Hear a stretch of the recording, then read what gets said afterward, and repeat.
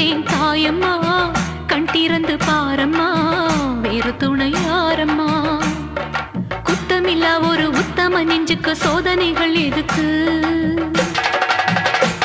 அவர் கட்டிய தாலிக்கும் பொட்டுக்கும் பூவுக்கும் காவல் கொடு எனக்கு.